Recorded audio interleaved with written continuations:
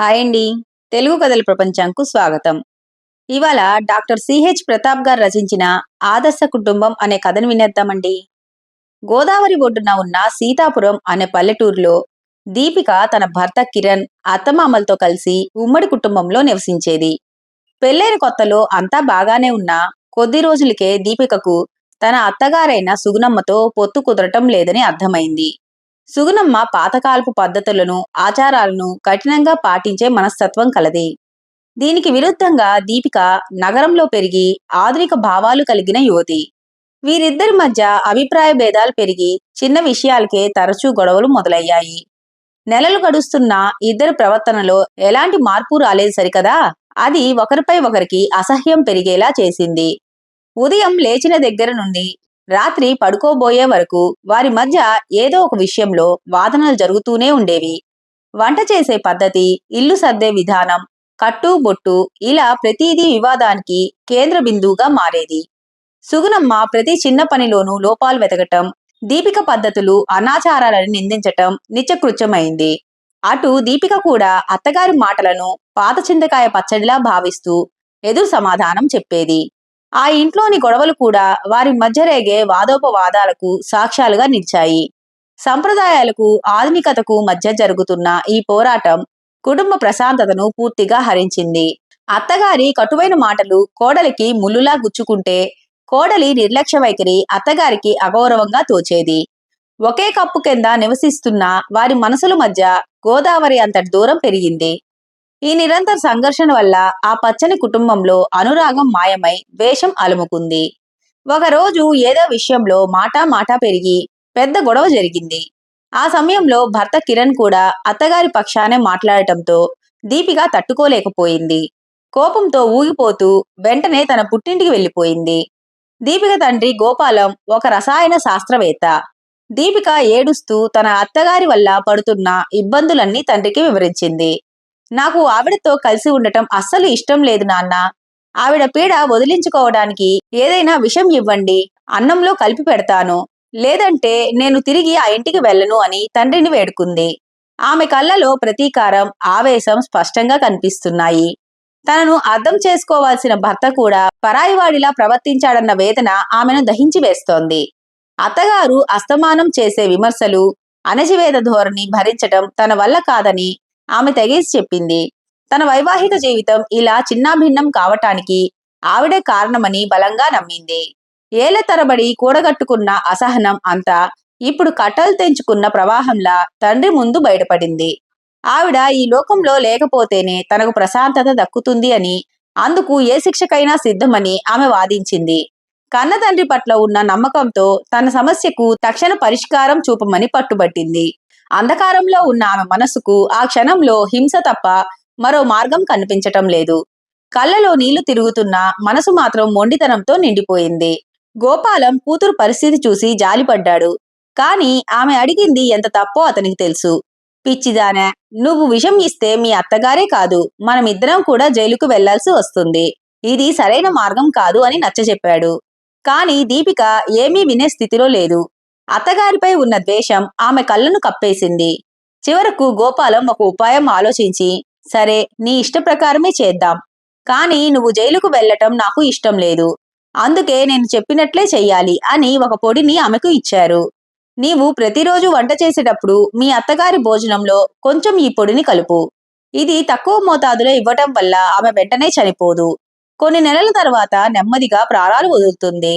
దీనివల్ల ఎవరికీ అనుమానం రాదు అని చెప్పారు. ఈ పొడి ప్రభావం చూపడానికి సమయం పడుతుంది అని, అంతవరకు ఓపిక పట్టాలి అని ఆయన హెచ్చరించారు. తన కూతురు ఆవేశంలో చేస్తున్న తప్పును సరిదిద్దటానికి ఆయన ఒక రహస్య ప్రణాళికను సిద్ధం చేశారు.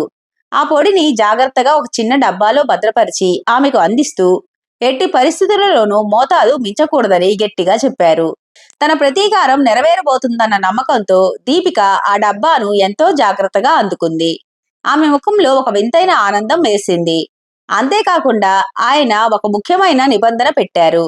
ఎవరికి మీ మీద అనుమానం రాకూడదు అంటే, ఈ రోజు నుండి నువ్వు మీ అత్తగారితో అస్సలు గొడవ పడకూడదు.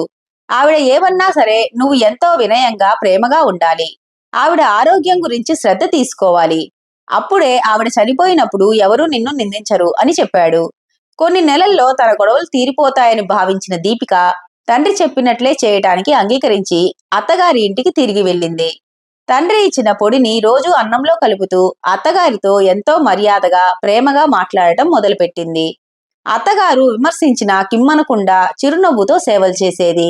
తన మనసులో ద్వేషం ఉన్నప్పటికీ బయటకు మాత్రం అత్తగారి పాదాలకు నమస్కరిస్తూ ఆమెకు ఇష్టమైన పనులన్నీ దగ్గరుండి చేసేది.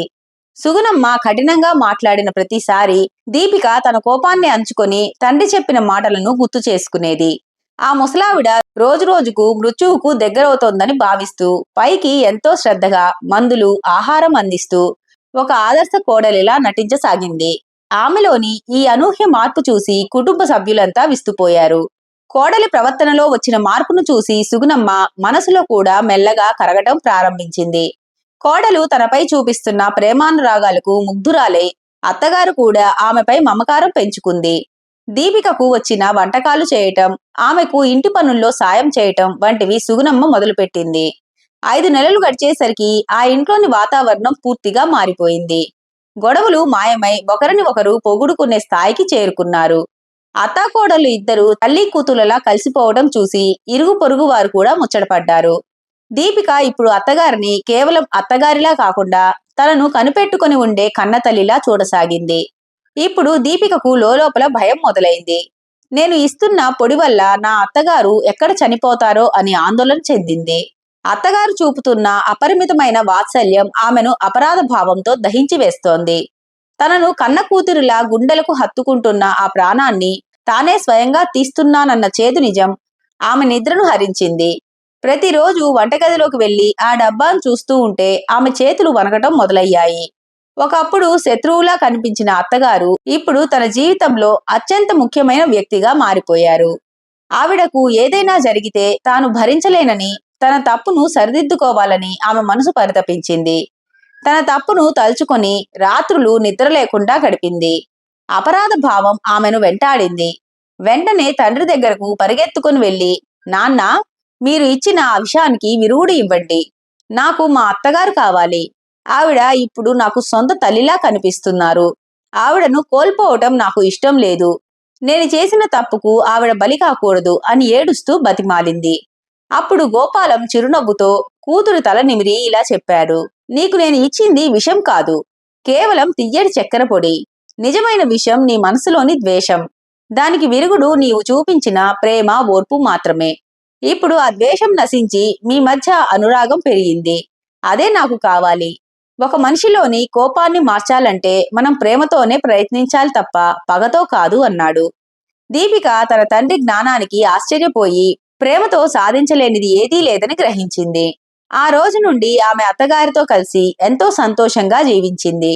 ఇద్దరి మధ్య ఉన్న అభిప్రాయ భేదాలు ఇప్పుడు గౌరవంగా మారాయి. సుగుణమ్మ కూడా పాత పద్ధతులను పక్కన పెట్టి దీపికకు నచ్చినట్లు మలుచుకోవటంలో ఆనందాన్ని వెతుక్కుంది. ఒకరికొకరు తోడుగా ఉంటూ ఆ కుటుంబాన్ని ఒక స్వర్గంలా మార్చుకున్నారు. పగ కంటే క్షమ, ద్వేషం కంటే అనురాగం ఎంతటి మధురమైన ఫలితాలను ఇస్తాయో ఆమెకు అనుభవపూర్వకంగా తెలిసింది. వారిద్దరి మధ్య ఉన్న విడదీరాని బంధం చూసి ఊరి జనం కూడా ఆశ్చర్యపోయారు. ఒకప్పుడు కలహాలతో నిండిన ఆ ఇల్లు ఇప్పుడు నవ్వుల పురిటిల్లుగా మారింది. అత్తాకోడళ్ళు ఒకరి మనసుని ఒకరు గౌరవించుకుంటూ సమాజంలోనే ఒక ఆదర్శవంతమైన కుటుంబంగా ఎదిగారు.